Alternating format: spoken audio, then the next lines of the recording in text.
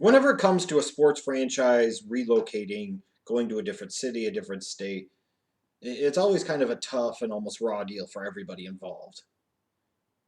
It more often than not comes out to be a situation where nobody really wins, at least in the short term, because you've got a fan base that has been built up over years and years and years. And from an organization standpoint, now you have to go into a different city and you have to market to a new fan base. And who knows if the people in that community are even going to gravitate to you like the ones did in the previous community?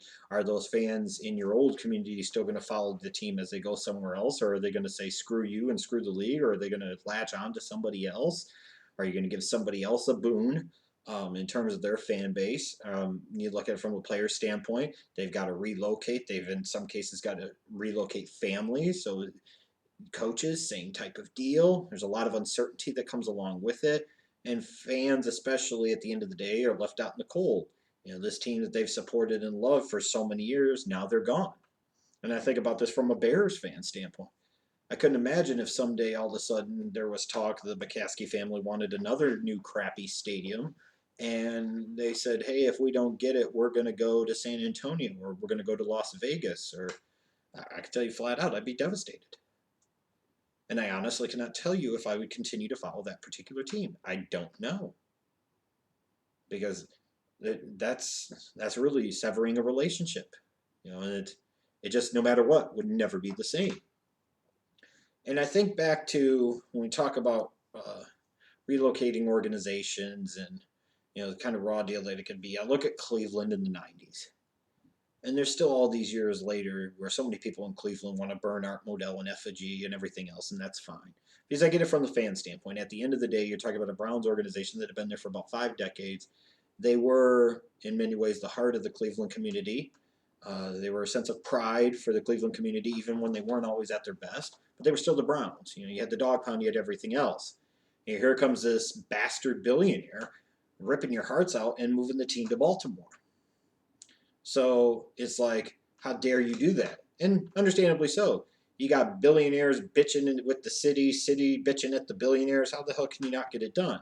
Now, granted, at the end of the day, it's kind of a double-edged sword. You'll have those people that want to defend the city of Cleveland, and to which I say, ultimately Jacobs Field got done in the '90s. How the hell did you not take care of the Browns? If you wanted the Browns there so damn bad, you should have made it happen. Period. So there really isn't a lot of sympathy for me from Browns fans in that particular case, because at the end of the day, you didn't make it happen. If it meant that much to you, ultimately at the end of the day, you would have. And then on the flip side, from Art Modell's standpoint, all the defenders talk about he had bent over backwards for Cleveland and this and that. You know what? I'm tired of hearing that defense bullshit too, because at the end of the day, he made the decision to move. He attempted to use leverage, and he over-leveraged himself right the hell out of town. And even, frankly, if Cleveland Browns fans in the city would have ultimately gotten a stadium deal done, which they did shortly after the damn team left anyways, who's to say that Modell would have stayed? I think he was at a point in time where he wanted to leave any freaking way. So it didn't matter what Cleveland did. So you get to this situation now with the Chargers. There's been thoughts for years about the Chargers potentially moving, going to a Las Vegas, going to a Los Angeles, going somewhere, anywhere other than San Diego, basically. I think many of us knew that this time was ultimately at hand, that they were going to move, that they weren't going to stay in San Diego long term.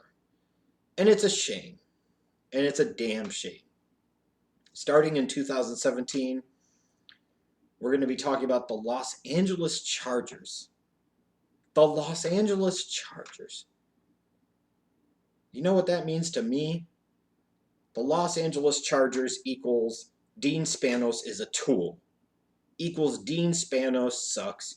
Equals Dean Spanos should be damn ashamed of himself. And I wouldn't blame other people for saying equals Dean Spanos should rot in hell. Because this move is so idiotic on so many different levels. It was one thing if the Rams wanted to leave a smaller market, St. Louis, and go back to Los Angeles. The NFL was incredibly incentivizing them to go to Los Angeles. You're also looking at going from a St. Louis market, where at the end of the day, you were always going to be in the Cardinals town, to while you're going to LA and you're in a Dodger town or you're in a Lakers town, you're talking about a market of million people, or however the hell million people there are between the city of Los Angeles and all the surrounding immediate communities and areas. 5, 6, 7, 8 million people, whatever the hell it is. I mean, that is a huge market. It is the second biggest media market in this country. It makes sense to want to go there and get a piece of that pie, especially when you're the Rams and you're the first team to go back there in terms of the NFL in over 2 decades, especially when you're an organization that has 5 decades of previous history in the community. Knowing that you're going to get a new $1.5 billion facility built for you, funded in large part by your owner. While I don't like when teams relocate, and I always feel bad for those fans, I could understand the desire to want to leave St. Louis and go to Los Angeles. That I can understand. But from a Chargers standpoint, this makes absolutely no sense. You go from a situation, just looking at this strictly from a market standpoint and from a fan base standpoint and an appeal standpoint. You go from a place where you are the number one show in town. And that is one major difference between the Chargers going to Los Angeles and the Rams going to Los Angeles. The Rams were in the Cardinals' town. San Diego was a Chargers town. The only other pro sports team you have there is what? The San Diego Padres. And I don't think the Padres evoke the same type of emotion and passion that the old Superchargers do. The San Diego Chargers have been there for 55 plus, 56 seasons? That's 5.5 decades, going back to the days of the AFL. I don't care if it's not the largest market in the country. Who the hell wouldn't want to be in San Diego, number one? Number two, you're the number one show in town. You go from that situation to where not only are you not the number one show in town because you got the Lakers and the Dodgers, but now you're also competing with the Los Angeles Rams. You're not even the number one football team in town. And you have no previously established relationship or history with that town like the Rams organization did going back from the 40s to the damn 90s. This is astoundingly stupid. When you talk about the whole logistics of they're going to be playing in a smaller stadium for a couple of years, and then once this big stadium gets built by Stan Kroenke, the Chargers are going to be able to rent it out for $1 a year. So you're basically legally trespassing on somebody else's land. And in Los Angeles, you have a perfect example of this. The Clippers play in the Lakers' town. I still cannot believe to this day that Steve Ballmer bid $2 billion on a fucking second-rate basketball organization in Los Angeles without its own freaking arena. No matter what you say, at the end of the day, the Staples Center is the Lakers' home. And the Clippers just rent space there. Just as Los Angeles is the Lakers' town, and the Clippers just rent space there. For Christ's sakes, when we're talking about Los Angeles, the Clippers don't even measure up to the same level as the Los Angeles freaking Kings. And this is the environment that the San Diego Chargers want to go into. Not go into a fresh market where they've got the chance to lay down their own infrastructure and they don't have to compete with a bunch of other things, including another football team. Now the Chargers are coming on the heels of the Rams already coming back after 50-plus years of history, granted dated a couple decades ago and being removed from it. But they're back, so the Rams are always going to, if anybody cares in Los Angeles, more people are going to care about the Rams than they freaking would the Chargers. The Chargers are coming in and trying to compete against this 5-plus decades of previous history, not to mention the other teams in Los Angeles, not to mention all the other things to do and the distractions in Los Angeles. And now the Rams coming back have a year head start in terms of marketing, in terms of advertising, in terms of building up a season ticket base. It's just astounding. And what's really astounding to me when you think about the financials of it, average cost of NFL stadium now probably about $1.1, $1.2 billion. Let's say $1.2 billion. To move a franchise, there's a relocation fee of $550 million. What is astounding to me about all of this is that the tool of suck that is Dean Spanos decided that he would be more willing to spend $550 million to relocate the team then put $550 million toward financing half of the cost of what it would take to build a damn new stadium in San Diego. Not to mention the fact the NFL was willing to step up, I believe, to the tune of up to $300 million to make this new stadium in San Diego happen.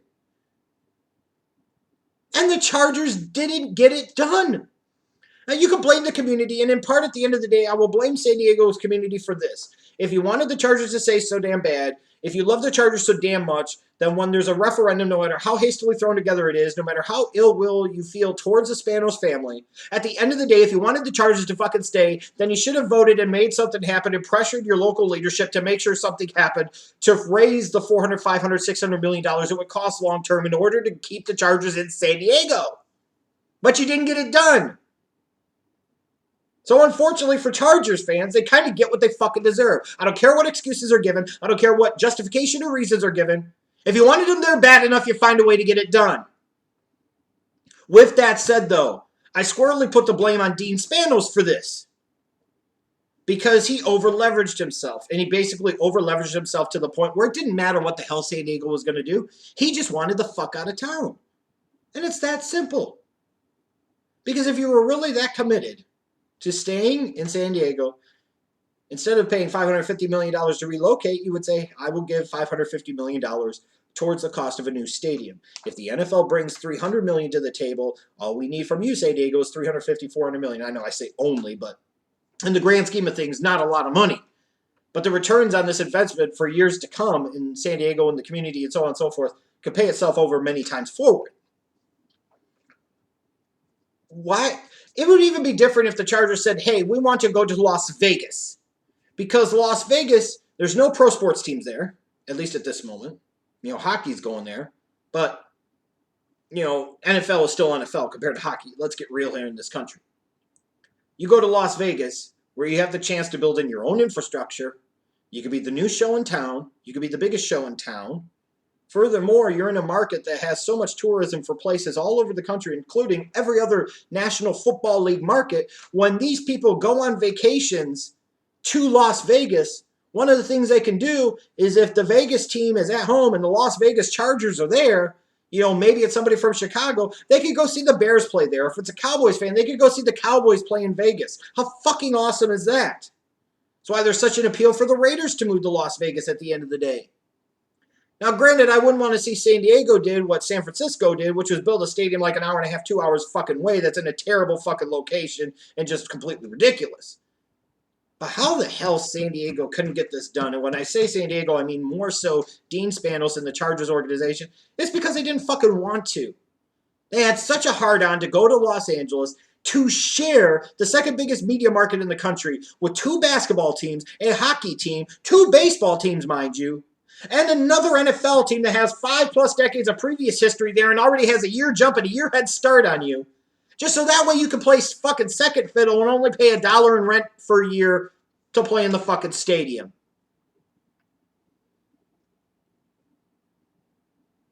If the Chargers wanted to be second fiddle, well, congratulations, Dean Spanos. You've put your organization in a situation where no matter what you do, you will always be second fiddle. You look at New York.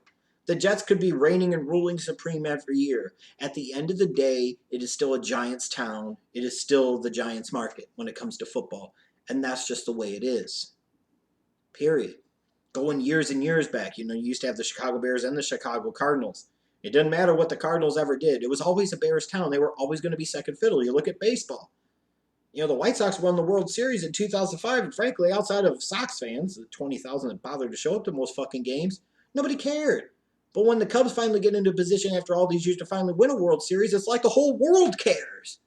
The White Sox are always going to play second fiddle in Chicago to the Cubs.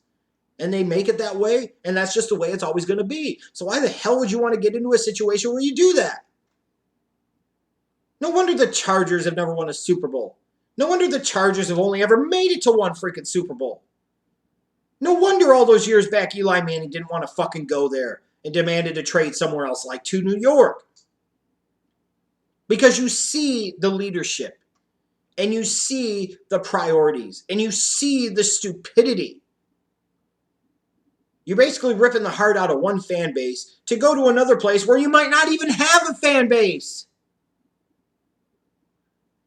You're going to a place where you're going to play seventh fiddle. That's what it is. There's 2 baseball teams that are higher priorities.